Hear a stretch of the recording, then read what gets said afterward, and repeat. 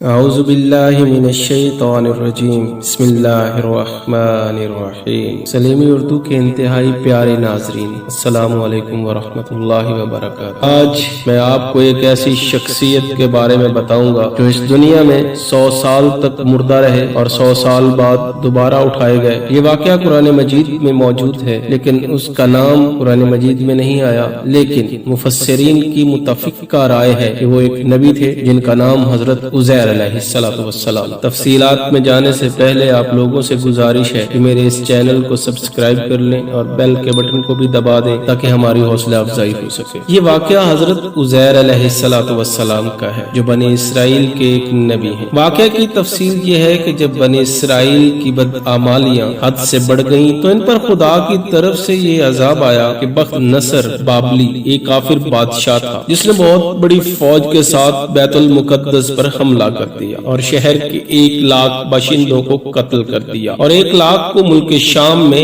ادھر ادھر بکھیر کر آباد کر دیا اور 1 لاکھ کو گرفتار کر کے لونڈی یا غلام بنا لیا گیا۔ حضرت عزیر علیہ السلام بھی انہی قیدیوں میں سے تھے۔ اس کے بعد اس کافر بادشاہ نے شہر بیت المقدس کو توڑ پھوڑ کر مسمار کر دیا تھا اور بالکل ویران کر ڈالا۔ کچھ دنوں کے بعد حضرت عزیر علیہ السلام جب کسی طرح بخت نصر کی قید سے رہا ہوئے تو وہ ایک گدھے پر سوار ہو کر اپنے شہر بیت المقدس میں داخل ہوئے۔ اپنے شہر کی ویرانی اور بربادی دیکھ کر ان کا دل بھر آیا اور وہ رو پڑے۔ چاروں طرف چکر لگایا مگر انہیں کسی انسان کی شکل تک نظر نہیں آئی۔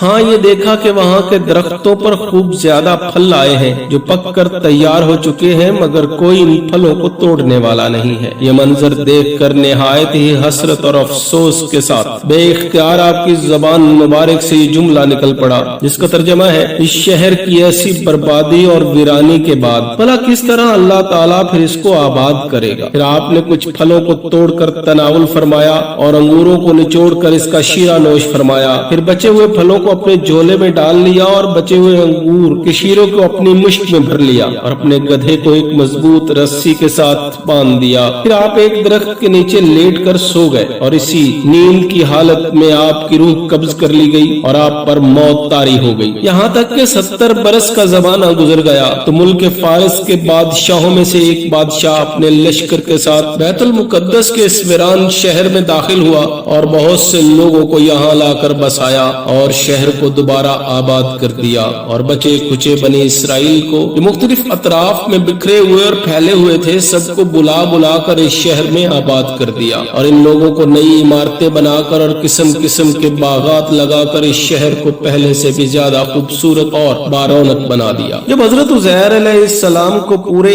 100 برس وفات کی حالت میں گزر گئے تو اللہ تعالیٰ نے آپ کو زندہ فرما دیا۔ تو آپ نے دیکھا کہ آپ کا گدھا مر چکا ہے اور اس کی ہڈیاں گل سڑ کر ادھر ادھر بکھری پڑی ہیں مگر تھیلے میں رکھے ہوئے پھل اور مشک میں رکھا ہوا انگور کا شیرہ بالکل تازہ تھا۔ نہ پھلوں میں کوئی تغیر نہ شیرے میں کوئی باس یا بدمزگی پیدا ہوئی۔ آپ پر وحی اتری اور اللہ تعالیٰ نے آپ سے دریافت فرمایا، اے عزیر آپ کتنا عرصہ یہاں رہے؟ تو آپ نے خیال کر کے کہا کہ میں صبح کے وقت سویا تھا اور اب عصر کا وقت ہو گیا ہے۔ یہ جواب دیا کہ میں دن بھر سے کچھ کم سوتا رہا ہوں۔ تو اللہ تعالیٰ نے فرمایا کہ نہیں اے عزیر، تم پورے 100 برس یہاں ٹھہرے رہے۔ اب تم ہماری قدرت کا نظارہ کرنے کے لیے ذرا اپنے گدھے کو دیکھو تو اس کی ہڈیاں گل سڑ کر بکھر چکی ہیں اور اپنے کھانے پینے کی چیزوں پر نظر ڈالو تو ان میں کوئی خرابی اور بگاڑ پیدا نہیں ہوا۔ پھر ارشاد فرمایا کہ اے عزیر تم دیکھو کہ کس طرح ہم ان ہڈیوں کو اکٹھا کر کے ان پر گوشت چڑھا کر اس گدھے کو زندہ کرتے ہیں۔ چنانچہ حضرت عزیر علیہ السلام نے دیکھا کہ اچانک بکھری ہوئی ہڈیوں میں حرکت پیدا ہوئی اور ایک دم تمام ہڈیاں جمع ہو کر اپنے اپنے حصے سے مل گئی اور گدھے کا ڈھانچہ بن گیا اور لمحہ بھر میں اس ڈھانچے پر گوشت بھی چڑھ گیا اور گدھا دوبارہ زندہ ہو کر اپنی پہلی حالت میں واپس آ گیا۔ یہ دیکھ کر حضرت عزیر علیہ السلام نے بلند آواز سے یہ الفاظ کہے جن کا ترجمہ ہے، یا اللہ میں خوب جانتا ہوں کہ اللہ سب کچھ کر سکتا ہے۔ تو پیارے دوستو، اللہ سے ہمیشہ امید لگائے رکھو کہ اللہ ہی سب کچھ کر سکتا ہے۔ اسی کے ساتھ سلیم کو اجازت دیجیے، آپ کے وقت دینے کا شکریہ، جزاک اللہ۔